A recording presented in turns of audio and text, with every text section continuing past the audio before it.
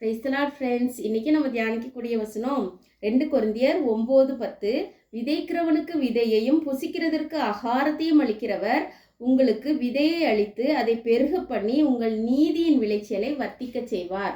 ஆமாம் ஃப்ரெண்ட்ஸ், நம்மளுக்கு இன்றைக்கி ஆகாரத்தை எல்லாம் அளிக்கிறது ஆண்டவர், விதையை தர்றது ஆண்டவர். அதே மாதிரி இந்த விதைக்கு சமானமாக, இந்த ஆகாரத்துக்கு சமானமாக இருக்கிற இந்த வேத வசனம் அப்பம், ஜீவ அப்பம், இந்த வேத வசனம் எல்லாமே நம்மளுக்கு அப்பமாக இருக்குது. இதையும் தர்றது அந்த ஆண்டவர் தான். ஏசப்பா நம்மளுக்கு இதெல்லாம் தந்து இந்த இந்த வான மன்னாவினால் நம்மளை நிரப்பி நம்மளை போஷித்து நம்மளோட நீதியின் விளைச்சலையும் வர்த்திக்க செய்கிறாங்க.